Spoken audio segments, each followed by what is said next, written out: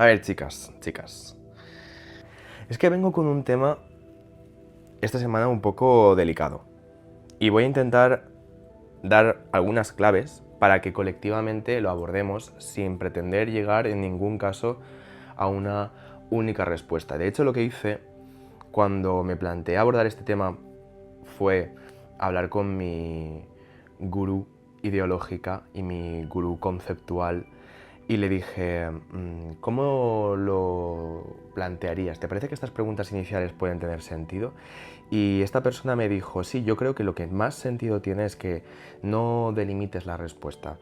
Lanza las preguntas, abre los melones y permite que cada persona reflexione, que madure, incluso, ojalá se cree como un sano debate, si queréis, en los comentarios. Yo, lógicamente, porque hoy por hoy no son muchos, leo todos los comentarios y pienso que cuando las personas tienen discrepancias, bueno, pues en esas conversaciones pueden salir cosas muy interesantes, siempre que haya respeto. El tema del que quiero hablaros hoy en el cuarto mental me toca personalmente. Habréis visto que muchas veces yo cuando inicio un blog o cuando escribo un texto en la newsletter lo hago utilizando pues apelativos femeninos del tipo amigas, queridas, ¿qué tal estáis?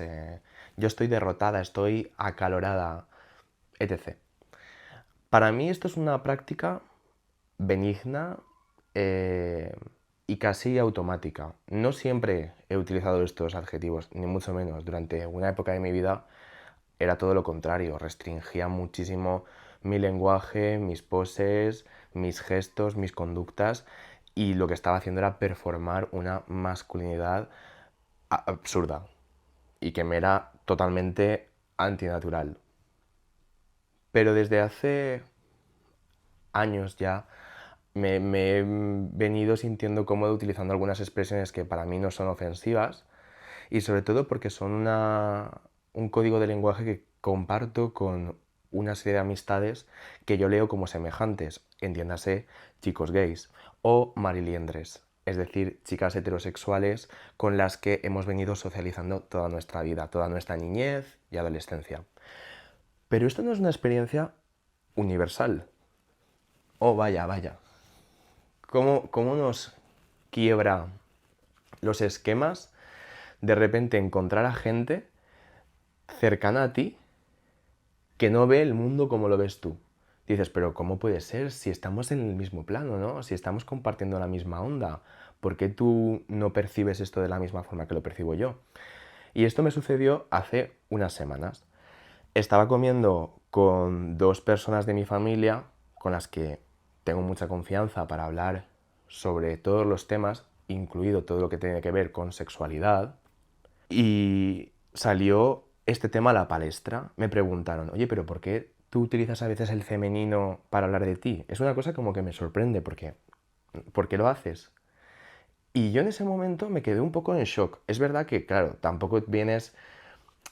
Era una pregunta absolutamente naif y una pregunta que venía desde la curiosidad, no venía desde nada recriminatorio ni nada de esto, pero es verdad que en ese momento a mí me saltó el piloto automático y fue como si yo bueno, en vez de estar en esa conversación con estas dos personas familiares, en un entorno que yo leo como muy seguro, yo de repente fui abstraído a una situación hostil y respondí sin mucho argumento, casi de una forma un poco bruta. Y recuerdo que dije algo así como, bueno, no me llevan llamando maricón y nenaza toda la vida como para que yo no pueda utilizar el femenino para hablar de mí mismo si me da la gana, ¿no? Bueno, bueno. Sí, pero, sí, pero. Y os aseguro que las dos personas con las que estaba hablando no pueden estar más alineadas con mi forma de ser, sentir, pensar. Y aún así, no pensaban exactamente igual que yo. Y yo creo que eso fue lo que a mí me desconcertó en ese momento. Fue como, girl, ¿is this a betrayal? ¿Me estás traicionando? ¿Acaso tú no eres mi defensor? No, o sea, esto es humor, ¿eh? Pero sí que me quedé pensando, dije, Si personas que están tan próximas a mi experiencia vital no necesariamente la ven de la misma forma, cuantísima gente la verá de forma muy distinta. Cuantísima gente se quedará muy extrañada cuando yo diga algo y utilice un femenino. O cuando yo hable de mí mismo en un entorno social, distendido, informal, y diga, sí, porque chicas, las chicas no sé qué, no sé cuántos, o utilice, me englobe dentro de ese femenino y una persona que no tenga tanta confianza conmigo, que me ha sucedido, se quede así y diga, ¿cómo? ¿Por qué has dicho eso? Entonces estuve pensando, porque a mí esto del pensamiento es que es una cosa que la mente no descansa.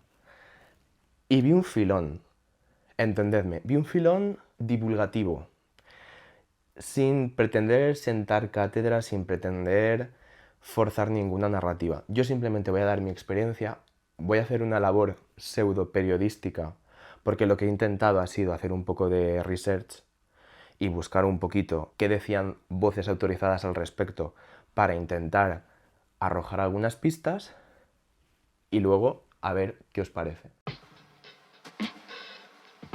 Las primeras preguntas que yo me hice fueron las siguientes. ¿Es misógino utilizar el femenino siendo un hombre gay para referirte a ti mismo? ¿Contribuye a configurar como una imagen de villano que es como Diana del sector radical del feminismo TERF? ¿Empodera a los hombres gays utilizar ese femenino o los victimiza más? ¿Refuerza clichés homófobos respecto a la feminidad de los hombres? ¿Es el lenguaje una forma de expresión libre? ¿Es un código que se puede utilizar internamente a nivel de grupo? ¿Tiene repercusiones externas fuera del grupo? ¿Su uso puede ser político? ¿Puede ser una herramienta para reivindicar? ¿Puede ser una forma de inclusión? ¿En qué medida se relaciona el uso del lenguaje femenino con la reapropiación de la palabra maricón? ¿Es una forma de retorcer el lenguaje?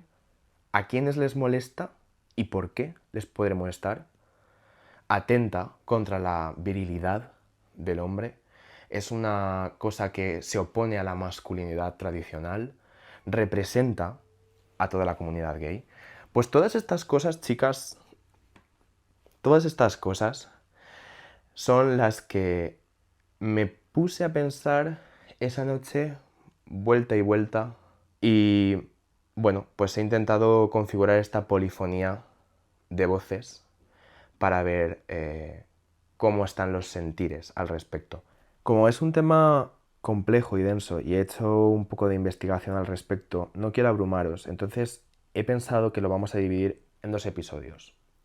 Lo primero que os voy a poner es una serie de audios que les he reclamado a amigos y conocidos respecto a esta pregunta.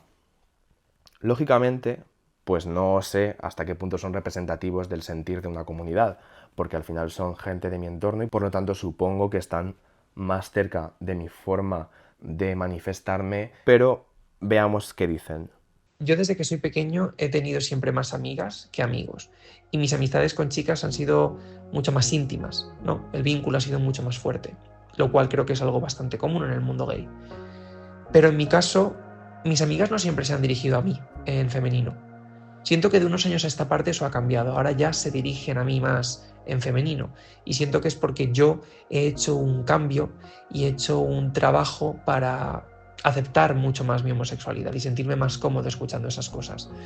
Porque habitualmente, si se dirigían a mí en femenino, era para insultarme, ¿no? Y lo hacían los chicos, sobre todo. Entonces, al final, que una amiga se dirija a mí en femenino es algo cómplice y hasta casi divertido entre nosotros, pero sobre todo también me hace sentirme en un espacio seguro, porque lo hace ella, lo hace una amiga, lo hace una mujer. A mí me parece bastante guay porque al final el tratarnos en femenino significa que hemos cogido ese insulto cuando los heteros nos trataban como niñas y lo hemos normalizado y lo hemos hecho nuestro. Igual que cuando entre nosotros nos llamamos maricón. Al final ha pasado a ofensa a una forma de hablar. En general, nunca me ha molestado que los hombres gays utilicen pronombres femeninos para hablar de sí mismos, porque yo considero que cada persona debería usar los pronombres con los que se sienta cómoda. Y de hecho, en los casos particulares que he conocido de personas gays que utilizan el femenino para hablar de sí mismas, yo he tenido la sensación de que eran personas que no tenían una masculinidad frágil y se podía romper como esta brecha, ¿no? Supongo que sí que hay casos particulares en los que me molesta, pero son casos particulares porque igual son hombres que veo claramente que son misóginos y siento que están usando el femenino de esta manera como para dar una falsa imagen de persona abierta cuando en realidad no lo son.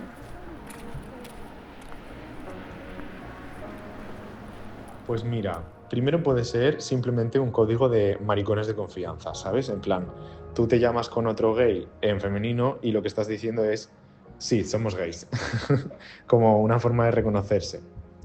Y después, igual no es así en futuras generaciones, pero con nosotros, como venimos de unas masculinidades muy fijas, unas feminidades muy fijas, pues nos sirve de muchas cosas.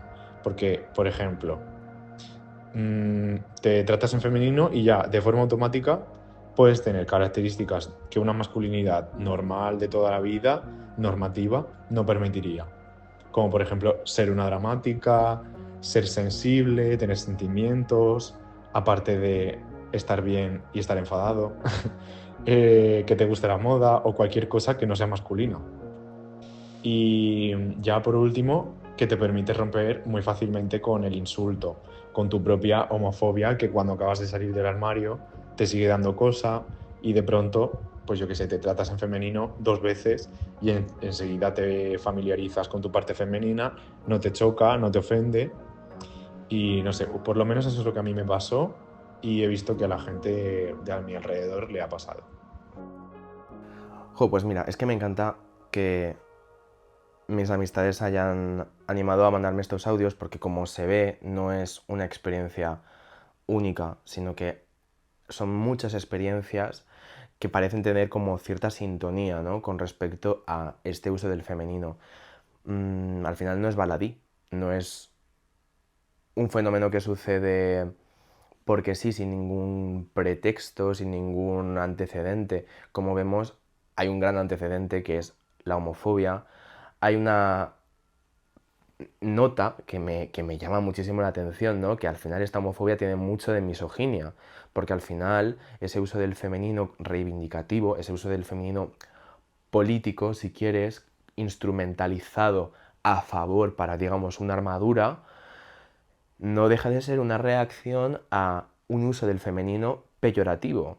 A ti te han llamado nenaza, a mí me han llamado nenaza, chica, mariquita, maricón. ¿Vamos a valorar solo el uso que hacemos el femenino dentro de la comunidad gay? ¿Vamos a valorar si refuerza o deja de reforzar estereotipos?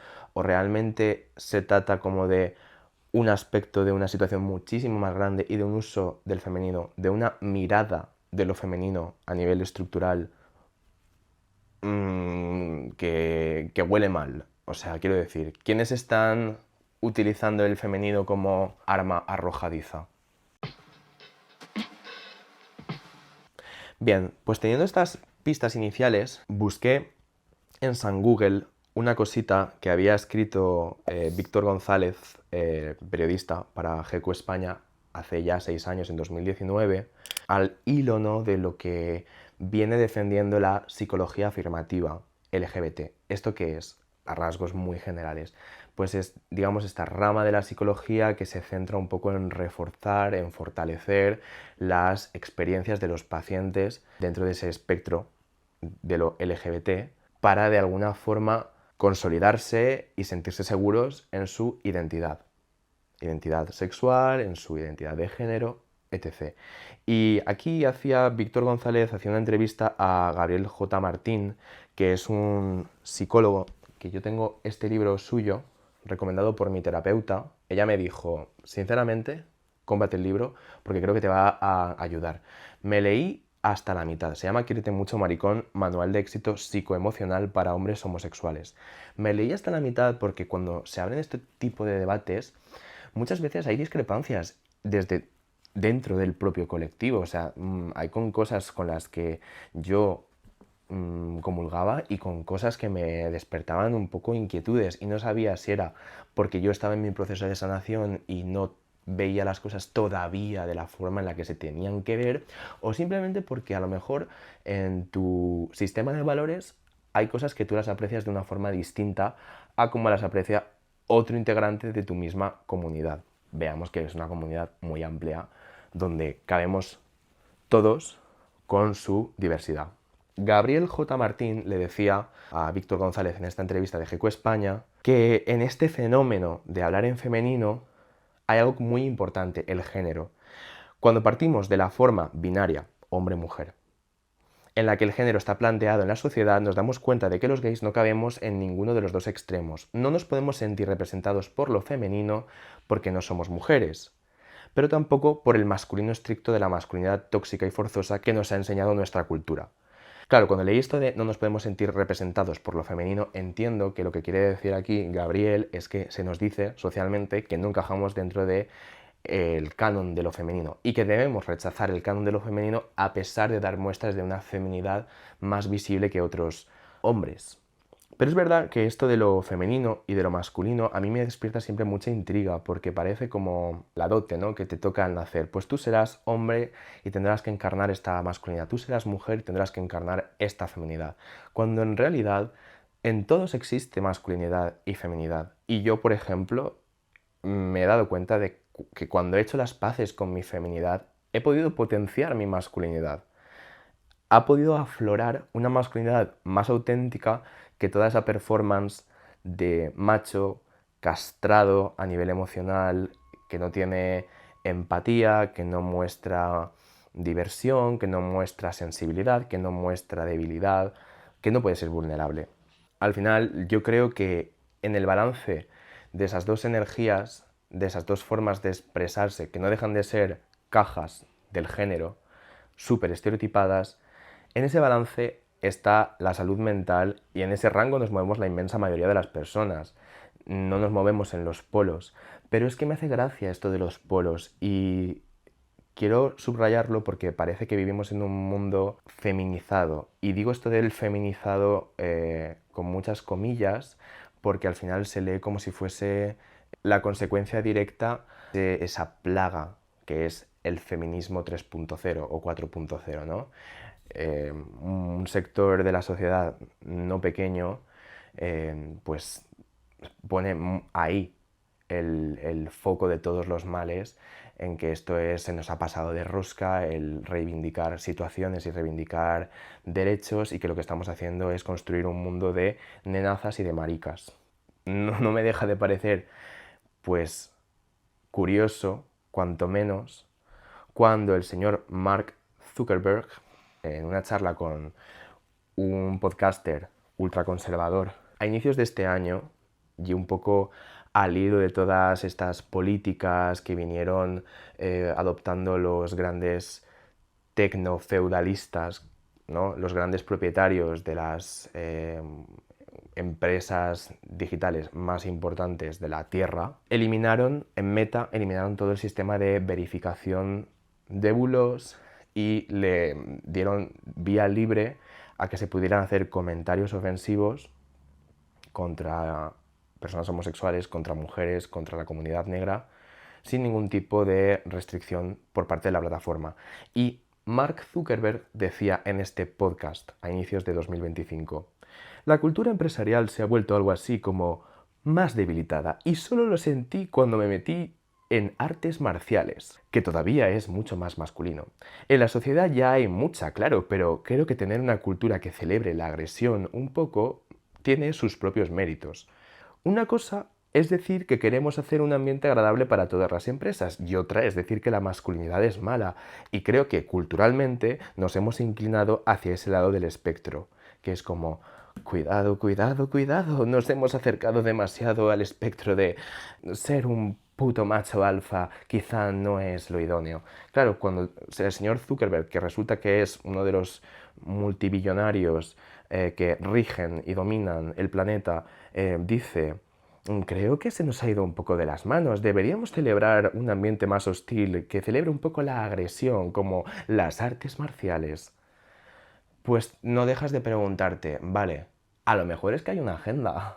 A lo mejor es que este discursito de que la agenda del colectivo queer y de las alas feministas sociales está acabando con el mundo que veníamos conociendo, ese discursito tiene unos portavoces que lo que están planteando es otro tipo de discurso muchísimo más reaccionario, una alternativa basada en esto, la agresión y la falta de empatía realmente, y probablemente un cociente intelectual no demasiado elevado. El psicólogo Gabriel J. Martín también decía en esta entrevista para GQ, que ese uso de la A en lugar de la O quizá tenía como una intención del tipo: yo no soy la misma clase de hombre que utiliza esa O tan cómoda y nativamente. Él decía: no es que nos consideremos mujeres, es que no nos sentimos identificados con un masculino estricto que ni nos entiende ni nos acoge. Desde mi punto de vista, lo que ocurre es que nosotros, de forma un poco naif, hemos utilizado el primer recurso a mano, como un marcador de género para decir que somos un tipo especial de hombre, con todo lo que eso significa: el comportamiento, cómo nos vestimos, cómo nos peinamos, cómo nos relacionamos. Esta parte de su entrevista me fascinó. Y veréis por qué. Yo no pienso que los hombres homosexuales seamos un tipo especial de hombre. Yo creo que todos somos especiales porque nuestras personalidades son diferentes. Pero sí que es realidad que vivimos una situación que nos hermana. Y es una situación que no tiene que ver tanto con lo que nosotros somos en el mundo, sino con lo que el mundo espera que nosotros seamos. Y como resulta que en esos parámetros de la masculinidad tradicional muchas veces no encajamos y suponemos todo lo contrario, un atentado, un sismo que lo que hace es ponerlo todo patas arriba, al final recibimos colectivamente una reacción del sistema, y eso es lo que hace que seamos un colectivo. No que de pronto nos unamos para tener una charla de tertulia, ni una reunión, ni una manifestación, ni una fiesta de celebración. Lo que nos hace que seamos un colectivo es que colectivamente se nos está agrediendo desde el minuto cero. Porque somos distintos.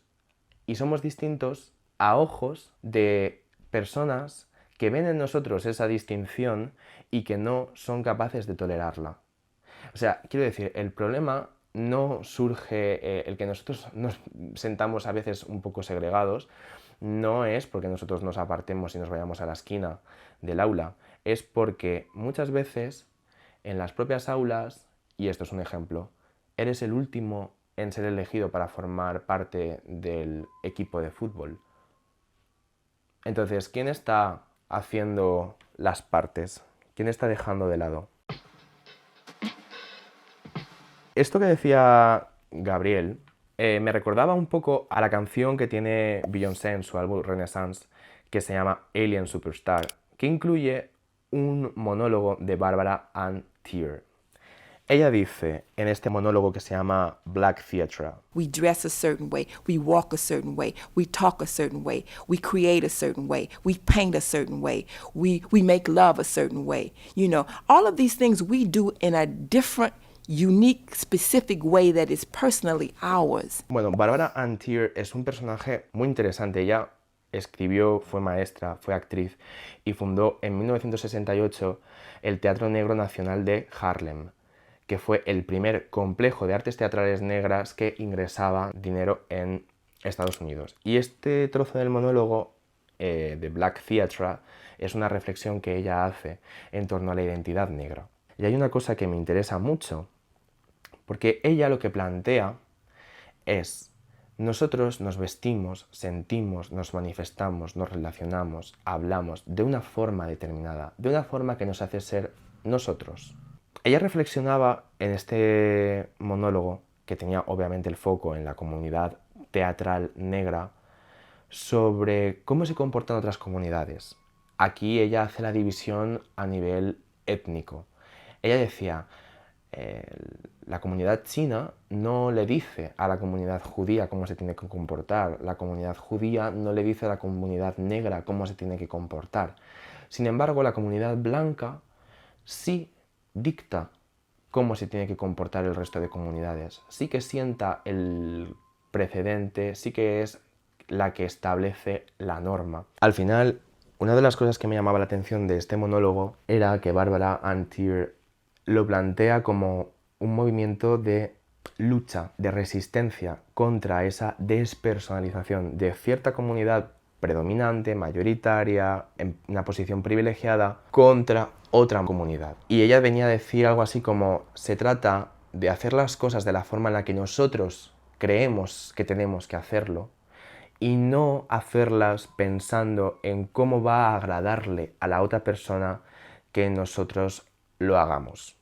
Y esto me recuerda claramente a la pluma y por ende al uso del femenino, porque al final el uso del femenino ya vemos que es como una especie de raqueta, ¿no? Una especie de paletazo de, bueno, ¿no quieres una? Pues te doy dos. Conectando con la experiencia de la pluma, al final la pluma desagrada. La pluma desagrada, la pluma es ofensiva, la pluma es peligrosa. ¿Por qué es peligrosa y por qué es ofensiva? Pues por esta clave que estábamos dando hace un rato. Gran parte de la homofobia radica en la misoginia y al final la pluma es un atentado contra una masculinidad muy férrea, muy firme, donde no hay cabida para nada de eso. No siempre ha sido así. Históricamente ha habido momentos donde la pluma simbolizaba masculinidad hasta cierto punto, ¿no? Y toda esta cuestión sobre al final las presiones que ejerce un grupo mayoritario asentado en la sociedad frente a grupos minoritarios que tienen que acatar esa norma para sentirse integrados, me recordaba un vídeo de Javier Alonso, que creo que ya no está en YouTube, lamentablemente, porque a mí me encantó y me abrió mucho la mente. Era un vídeo en torno a la rueda de los privilegios. Os dejo aquí como una especie de esquema de esta rueda de los privilegios donde vemos que existe como una división como por sectores, ¿no? La rueda de los privilegios está conformada por una serie de líneas transversales que lo atraviesan todo. Y lo que viene a simbolizar o a visibilizar esta rueda es que la experiencia vital de una persona se encuentra en la intersección de todos estos factores y que existen una serie de factores que te conceden privilegios frente a otra serie de factores que suponen partir de una posición sin privilegios, una posición más vulnerable. Esta rueda al final lo que demuestra es que existe una serie de discursos capaces de dominar y de asentarse y de plagar con otra serie de discursos.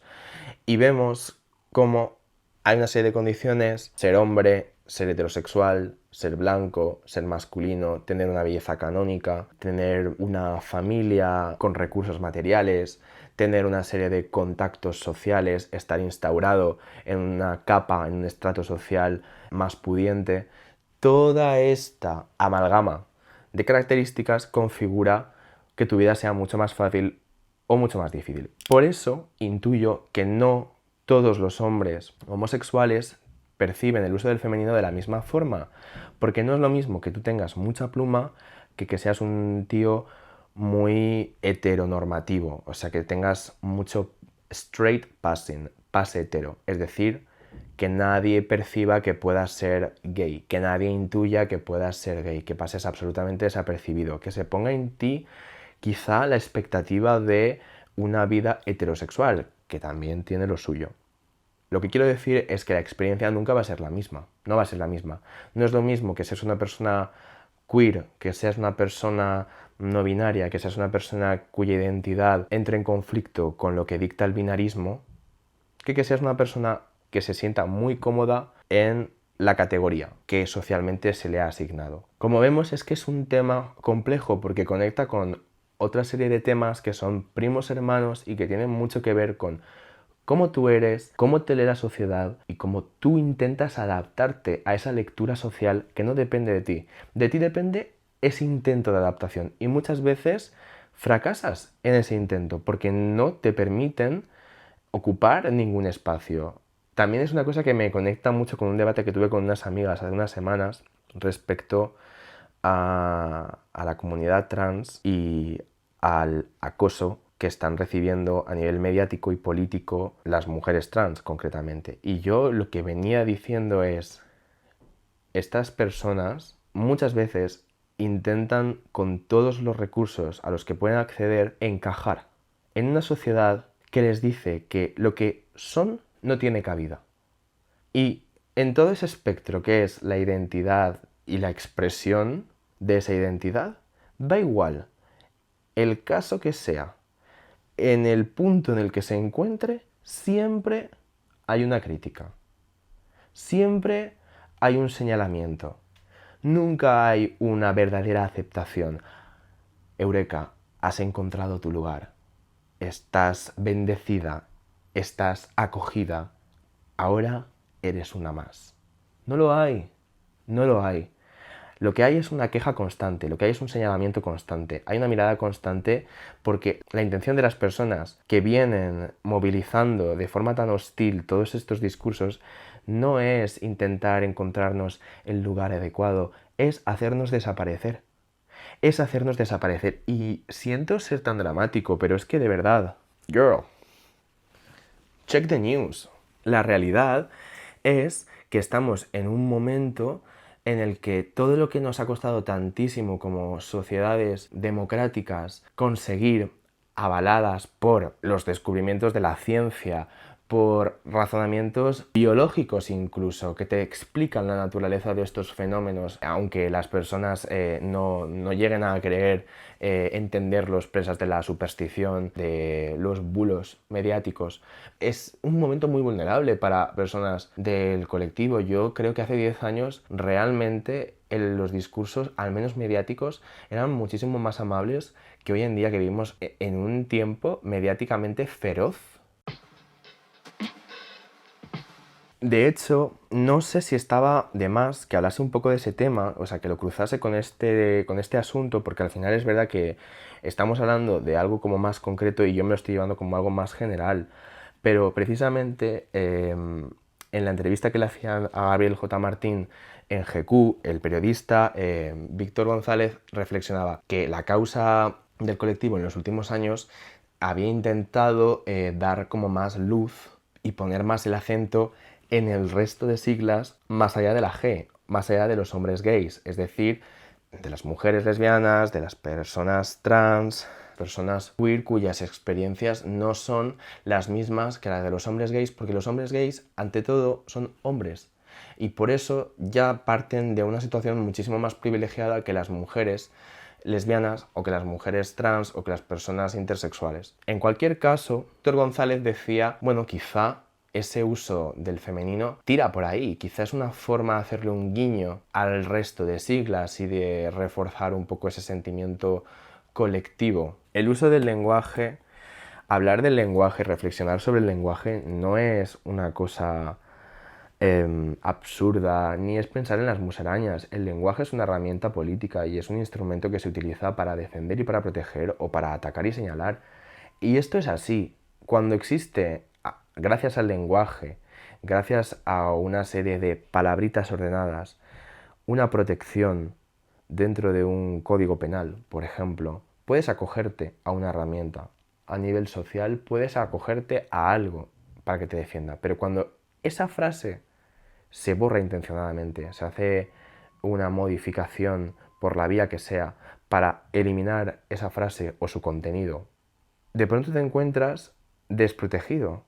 Y este debate sobre si el lenguaje tiene sentido o no tiene sentido, que hace unos años hizo tanta risa, ¿no? Todo este tema del lenguaje inclusivo, sobre si actualizar la Constitución o si tenía sentido modificar algunas acepciones de la RAE, parecía como un chiste, ¿no? Casi de mal gusto, en plan de, pero estará ahí el problema, ¿no? O sea, ¿será ese un problema real? Bueno, pues es que el lenguaje es una herramienta política. Y no hace falta que nos vayamos demasiado lejos en el tiempo. Actualmente, la administración Trump hizo este comunicado a inicios de 2025. Comunicado que os leo el nombre porque ya solo así ya es escalofriante. Defendiendo a las mujeres del extremismo de la ideología de género y restaurando la verdad biológica en el gobierno federal. Y en este documento, orden ejecutiva, venían a defender muy claramente lo que era el bastión terminológico de mujer, hombre, niña, niño, femenino, masculino. Los movimientos conservadores, los movimientos tradicionalistas no titubean en pensar si el lenguaje tiene sentido utilizarlo y emplearlo para decir algo o no tiene sentido. Utilizan el lenguaje como les da la gana, claramente. Me puse a investigar sobre el argot gay para ver un poco en un sentido como más amplio si solo es el lenguaje femenino, pues este signo que caracteriza muchas de las conversaciones entre hombres gays, o si había algo más, y me encontré con una serie de términos que me llamaron mucho la atención. Un término peyorativo, ¿no?, antes de los disturbios de Stonewall en el 69, era swish. Swish en América, deslizarse.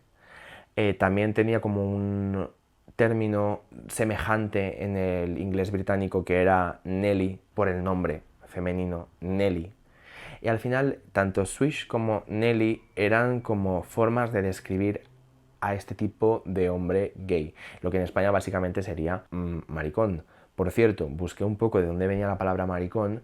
Maricón viene de mariquita y mariquita viene de María. O sea que el uso de la palabra maricón como el de la palabra Nelly, al final lo que alude es a proyectar sobre esta persona, sobre este chico presuntamente gay, esa visión de eres una mujer, eres una María, eres una Nelly. Con el término swish me llama mucho la atención cómo lo describían. Es un término de la cultura popular utilizado para describir de manera despectiva a hombres de carácter afeminado o de intereses afeminados, normalmente haciendo referencia al camp. Camp, sabéis que hace unos años la Met Gala tuvo por temática celebrar el camp como estilo. Camp is the sizzle without the steak. Camp is the heroism of people not called upon to be heroes. Taste is a kind of love for human nature. Camp is extravagant posing. Camp is a woman walking around in a dress made of 3 million feathers. Camp is a holiday for consenting adults. Camp is big business. Camp is eternally hopeful. Camp is a refusal to grow up. Camp is generous. Camp is happiness. Camp is a question mark that won't let its line be straightened into an exclamation point. Pues estos términos, tanto swish como Nelly, venían a describir hombres con intereses que residían en la exageración, lo ostentoso, lo poco convencional, y además se listaba una serie de características que definían a estos hombres: la efusividad en el habla, el tono del habla, las inflexiones, el caminar sachet, la utilización de pronombres femeninos, la gestualidad teatral y el superlativo. O sea, veamos hasta qué punto se diagnostica a las personas y en base a sus características se nos engloba dentro de esa bolsita de lo que conocemos por tener pluma. Martin Levine, que era un sociólogo que se especializó en estudiar a la comunidad homosexual y la epidemia del VIH y el SIDA, escribe en el libro Gay Macho, The Life and Death of the Homosexual Clone, que en los hombres homosexuales, al menos sus coetáneos, era muy común el lenguaje extravagante y expresiones como "Oh my word", "God heavens" and "Oh my dear", "Oh Dios mío", "Santo cielo", "Oh por Dios". Pero no solo estas expresiones, sino también el uso de determinados adjetivos. O sea, es que esto me parece como en plan ya la radiografía a un nivel obsesivo. Decía que los hombres homosexuales tendían a utilizar expresiones y adjetivos del estilo de estupendo, asombroso, completamente entregado, horrible, tremendo, sublime, encantador, espantoso, vicioso, aborrecido y locamente. Es decir, que si tú tenías un registro lingüístico rico, pues ya dabas pista de ser un poquito mariconcito. Y luego decía que también un rasgo de los hombres afeminados era hacer exageraciones a la hora de poner como el acento en algunas palabras de forma equivocada, voluntariamente, conscientemente. Entonces, pues me parece muy gracioso porque al final, desde fuera sí que se nos estudia como un fenómeno. Hay una cosa que es patente en muchas experiencias de chicos gays que tiene que ver con haber cogido ese insulto del maricón, de mariquita, nenaza, todas estas cosas que tú llevas oyendo desde niño, antes incluso de que tú tengas una noción de tu sexualidad. Porque yo he sido maricón antes de que me gustasen los hombres, lamentablemente. A mí se me ha señalado por ser un chico con gustos, hobbies y ademanes diferentes a las expectativas mucho antes de que yo fuera ni en la práctica ni en la teoría homosexual. Pero es verdad que existe como algo, ¿no? que nos sucede a muchos hombres gays, y es que en un determinado momento coges esa palabra que te ha venido atormentando tantísimo tiempo y te plantas delante de ella. Y dices, ¿qué? ¿Qué quiere decir esto? Yo recuerdo cuando estuve en mi largo proceso de asimilar mi sexualidad, que yo renegaba muchísimo de la palabra maricón porque lo leía como si fuera, vamos, una ofensa horrible. ¿Cómo voy a ser yo maricón? No, yo puede que sea gay, pero ¿maricón? No, eso no. Yo no soy maricón. Bueno, pues sí, soy maricón. Soy maricón. Y si los hombres fueran más maricones, viviríamos en un mundo mejor. Es que no estoy hablando ni siquiera de algo sexual, estoy hablando de una serie de conductas. O sea, ser maricón no está determinado porque a ti te gusten romántica y sexualmente los hombres. Está determinado porque tú no eres un hombre normal, porque tú eres un hombre defectuoso, entre comillas. Porque eres un hombre que no corresponde con lo que se supone que es ser un hombre. Eres un maricón porque estás más cerca de ser una María que de ser un Juan o de ser un Pedro.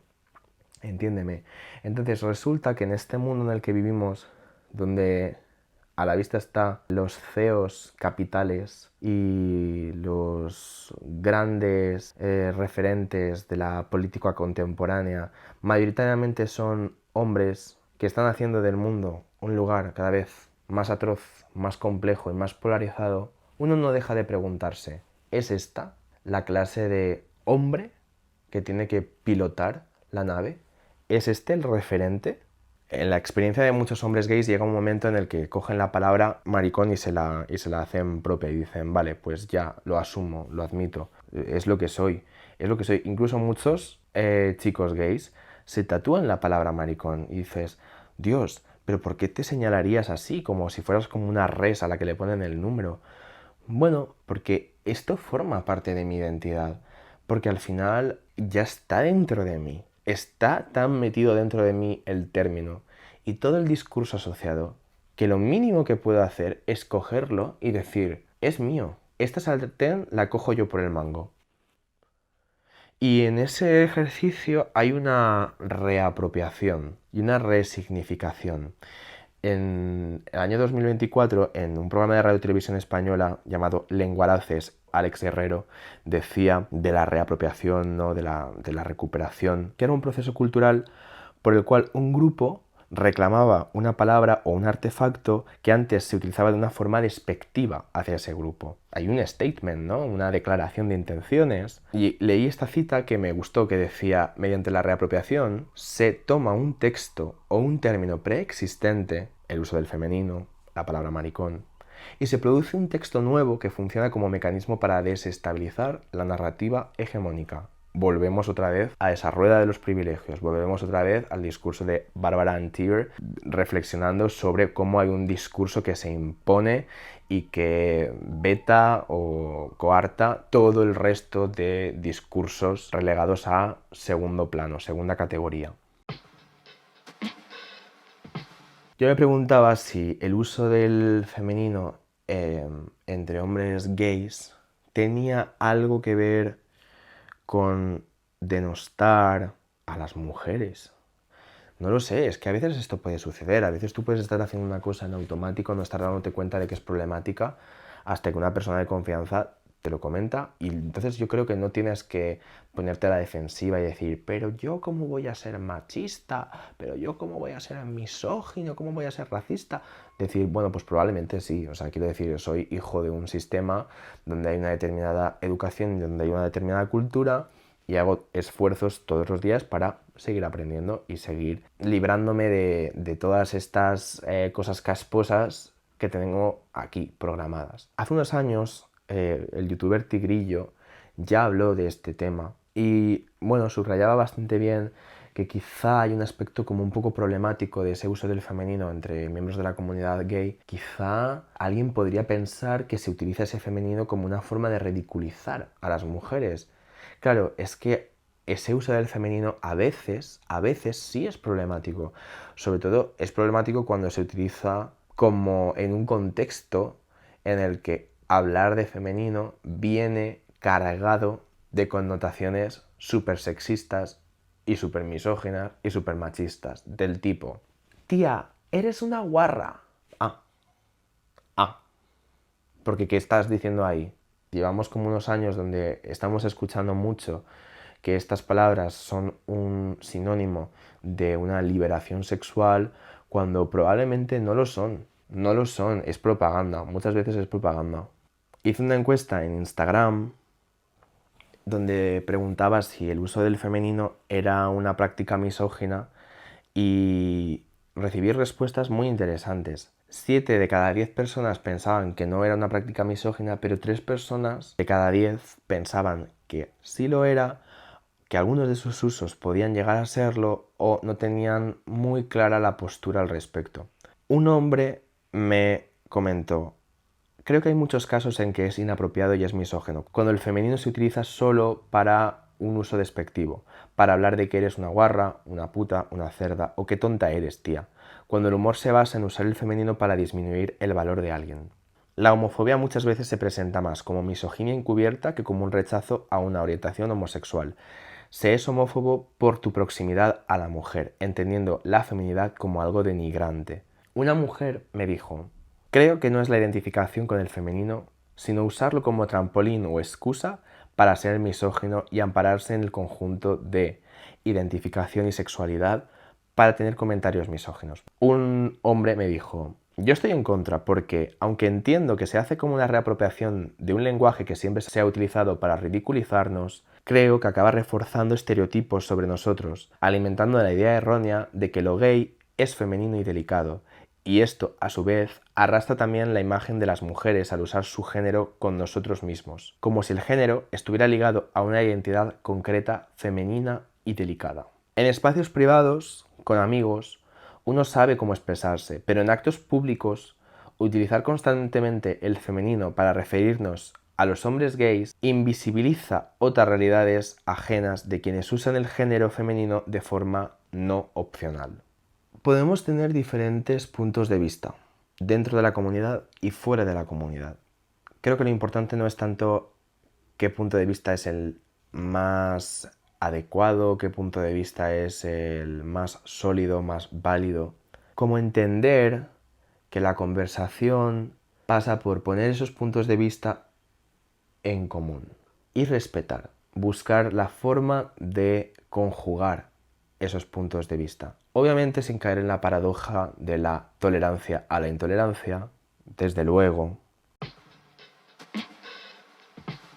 Si de algo me he dado cuenta en estos años es que la fortaleza, el sentimiento de sentirse cómodo en la feminidad de uno mismo pasa por tenerse paciencia, por tener empatía con uno mismo, por tener ternura, por abrir la mente, como decía Gabriel J. Martin al respecto de aceptar la feminidad de uno mismo.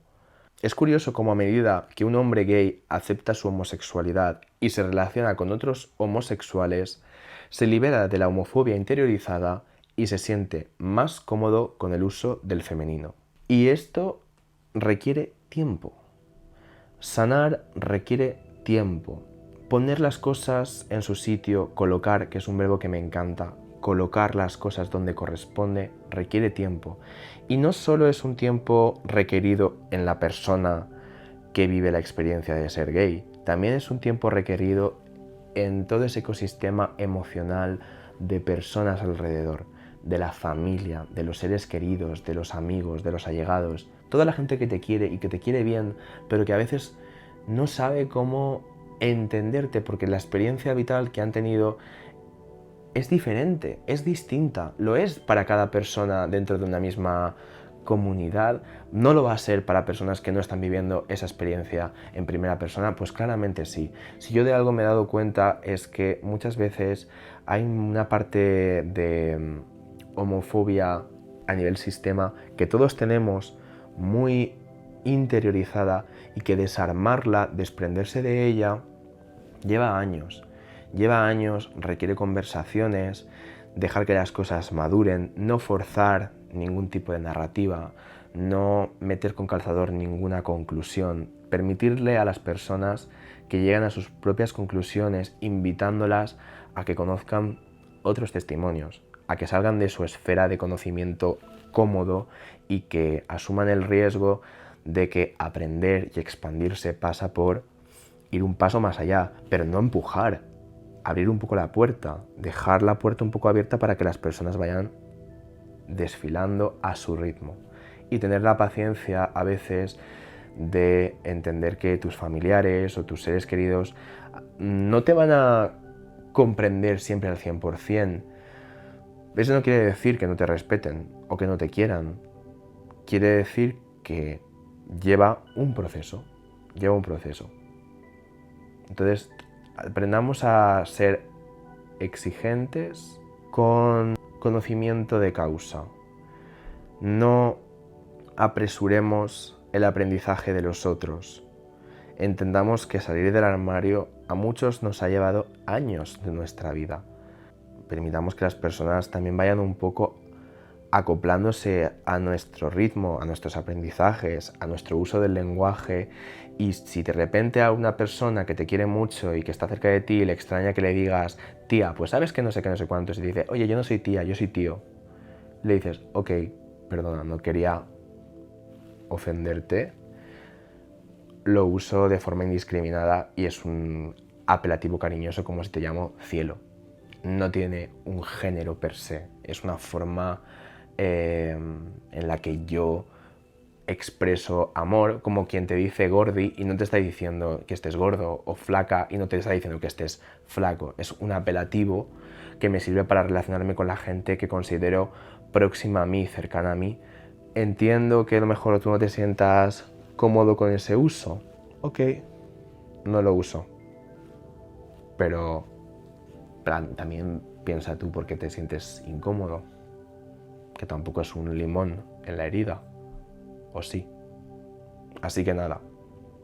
Cuidaos. Quereos. Celebrad las diferencias. Investigad. Estudiad. Buscad cualquier oportunidad que os surja que sea el pretexto para ampliar conocimientos. Que eso nunca viene mal. Y hasta aquí más o menos va a llegar el episodio de hoy. Recordad las cosas importantes de la vida. Hablaros bien, sea en femenino o en masculino. Estad hidratados. Hace un calor. Suscribíos y dejadme en comentarios cuáles son vuestras sensaciones al respecto. Pasadlo muy bien. Besitos. Chao, chao, chao, chao, chao, chao.